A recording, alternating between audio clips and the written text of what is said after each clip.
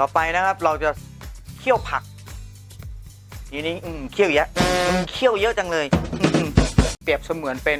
ผงชูรสนั่นเองว้าวเวลามันแตกตัวออกมาเป็นเหมือนเนื้อทรายอยู่ทำอาหารทีไรน้ำลายไหลทุกทีเป็นไรวะเดือดแล้วโพกใส่ลงไปเพิ่มสีเขียวนิดนึงด้วยผักชีมันก็จะหอมมากเลย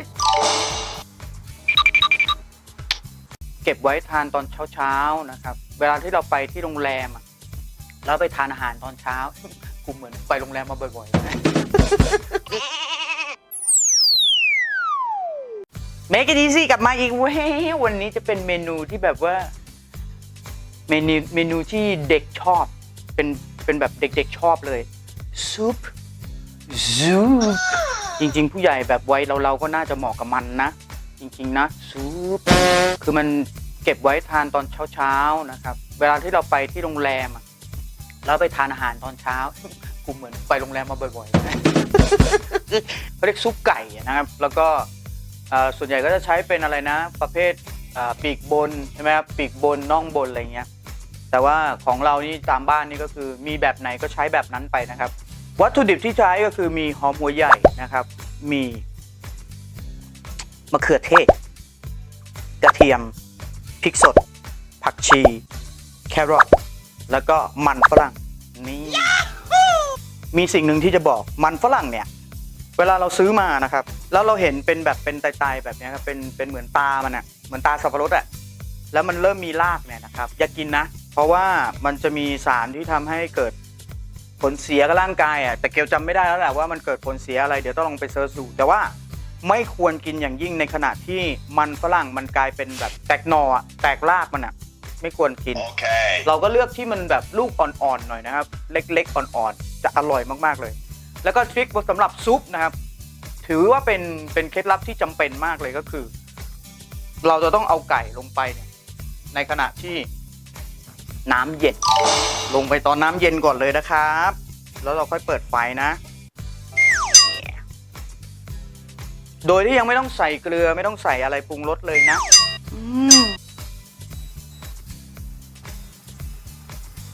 ทีนี้ก็รอแล้วมันก็เดือดแล้วนะครับวันนี้เราจะใช้น้ำซุปเราก็จะแบบว่าอันนี้คือเรารอจนกระทั่งน้ำหวดเลยเนี่ยแสดงว่าเนื้อจะนุ่มแล้วนะครับมันจะนุ่มเร็วกว่าการที่เราใส่ไปตอนน้ำเดือดนะครับเราก็เอากระเทียมลงไปก็คือเดี๋ยวเราจะต้องต่อไปก็คือการเคี่ยวผักอีกรอบหนึ่งใส่กระเทียมลงไปโป๊ะเหมือนเดิมรากผักชีด้วยนอกเหนือจากมีโขลก3เกลือกูหายไปไหนวะขาดไม่ได้เลยนะซุปแบบนี้เนี่ยสิ่งที่มันจำเป็นมากเลยคืออะไรรู้ไหมครับคือรากผักชีนะเราเมื่อกี้นี้คือเราเตรียมใบไว้สำหรับปรุงรสให้หอมด้วยแล้วแถมมีสีเขียวด้วยเนี่ยนะครับใส่ลงไปเสริมปกติแล้วเราทำซุปแบบนี้ถ้าเกิดคนไม่เก่งเขาก็จะใช้ผงชูรสอะไรอย่างเงี้ยครับแต่เราใช้อันนี้แทนได้เลยนะเจ้มจนพอเรารู้สึกว่าเราเคี่ยวจนกระทั่งไก่มันแบบนุ่มแล้วนะครับนี่เมื่อกี้นี้ใช้เวลาเคี่ยวไปจริงๆเมื่อกี้นี่คือน้ำหวดลงไปเลยนะจนต้องเติมน้ำนะครับแล้วเราก็ปรุงรสนะครับปรุงรสเนี่ยจริงอันนี้ใส่เป็นเหมือนเป็นเขาเรียกพื้นฐานเฉยๆนะแค่นี้มันก็จะอร่อยแล้วล่ะต่อไปนะครับเราจะเคี่ยวผักทีนี้เคี่ยวเยอะเคี่ยวเยอะจังเลยใส่แครอทลงไปนะใส่มะเขือเทศลงไปนะครับคือส่วนใหญ่แล้วอาหารญี่ปุ่นแล้วก็อาหารฝรั่งใช้รสชาติจากธรรมชาติซะส่วนใหญ่หอมหัวใหญ่เนี่ยใส่ลงไปเพื่อเติมความหวานดังนั้นเวลาเราเคี่ยวผักปุ๊บเนี่ยมะเขือเทศนี่เติมความเปรี้ยวนะแครอทนี่คือหอมแล้วก็